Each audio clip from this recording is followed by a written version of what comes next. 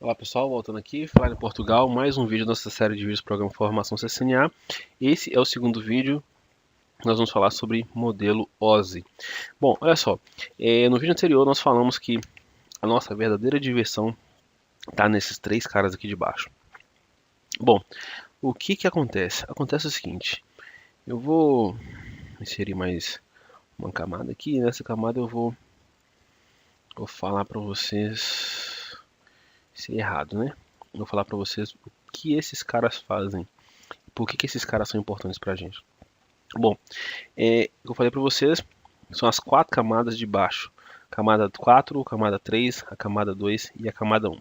Para ser mais exato, quem ganha estrelinha de bom menino são essas duas aqui, ó. Essas duas aqui que os seus maiores problemas, as suas dores de cabeça vão acontecer. Há algumas situações essa aqui também. A camada de transporte também. Bom, a camada de transporte, ela trata de duas coisas muito importantes que atormenta o dia a dia da pessoa que trabalha com rede. Enlace está errado, né? Eu troquei o N de lugar. Bom, você vai ver muito falando na camada de transporte de uma coisa que é o seguinte: se a comunicação é confiável ou se a comunicação não é confiável. Aí você pergunta assim, caramba, como assim uma comunicação não confiável? Uma comunicação confiável, eu vou dar um exemplo para você que seria, por exemplo, um SEDEX ou uma carta registrada com aviso de recebimento. A confiável é isso, é que quando um dado sai de um lugar, do ponto A e vai para o ponto B, nós temos duas vias aqui, uma que ele vai e outra que o ponto B avisa que recebe. Isso é uma comunicação confiável. Aí você fala assim, uai, mas então não tem lógica de eu criar uma comunicação não confiável. Para que eu vou criar uma comunicação não confiável? Qual que é o sentido disso? Olha, a forma mais simples de explicar isso são os tipos de comunicação que a gente chama de real time. Comunicações de tempo real. Por exemplo, você está assistindo um stream, na internet. Cara, esse zoom aqui eu não sei o que acontece. Prontinho. Você está assistindo um stream na internet e você não precisa da confirmação de que você recebeu a mensagem. Você está assistindo televisão é real time. O dado vem para você e vão despejando o dado de você.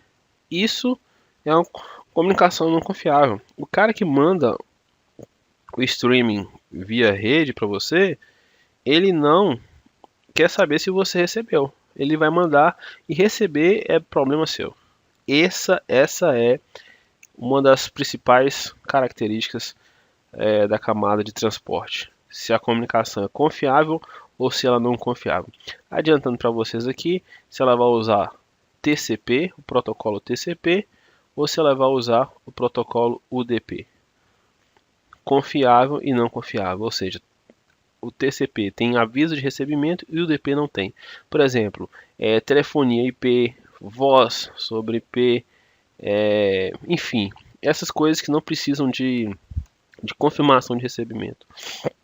E o que seria, qual a outra coisa muito importante que vocês vão precisar saber aqui? A outra coisa muito importante seria as portas lógicas. Nessa camada de transporte aqui que estão as portas lógicas. E o que viria a ser essas portas lógicas? Essas portas lógicas, eu tenho um exemplo que eu gosto de dar que seria mais ou menos assim. Seria mais ou menos uma faixa exclusiva. Sabe a faixa exclusiva, as faixas exclusivas? Tem as faixas exclusivas só para ônibus, que só passa ônibus. Pois é, vamos supor que essa porta seja numerada.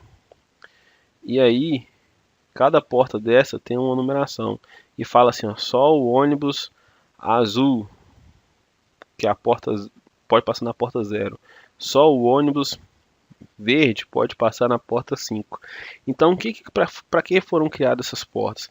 Essas portas foram criadas para separar logicamente as aplicações.